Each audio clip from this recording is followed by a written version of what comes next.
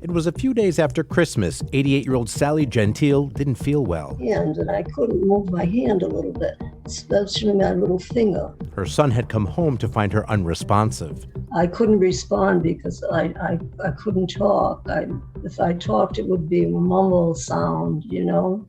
Rescue arrived and brought her to Rhode Island Hospital, where Sally underwent a mechanical thrombectomy. They're going to put a wire basically into her brain to unclot the blood clot. Daughter Amy Cardulo remembers the doctor describing it. He came out and said, we're doing this emergency procedure that may take, she may have 6 months to a year to recover. But the next morning, Sally was on FaceTime talking to her family. And yes, mom is walking. She's moving her arms. She's moving her legs. And the next day, she went home. The primary reason that she had a great outcome was that she sought care very quickly. The stroke was recognized immediately and treated immediately. Dr. Tracy Madsen is co-director of the Rhode Island Hospital Stroke Center. The majority of strokes are preventable. And if we can identify risk factors, we can treat them. In Sally's case, they identified atrial fibrillation, irregular heartbeat, as the cause of her stroke.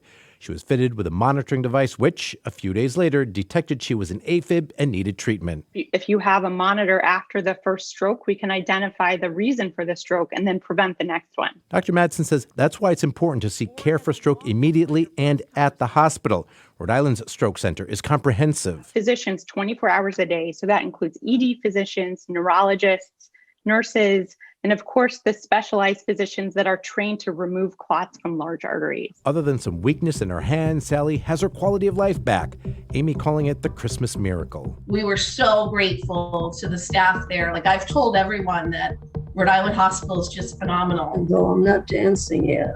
That'll come soon enough, right? I'll save the first one for you, Mario.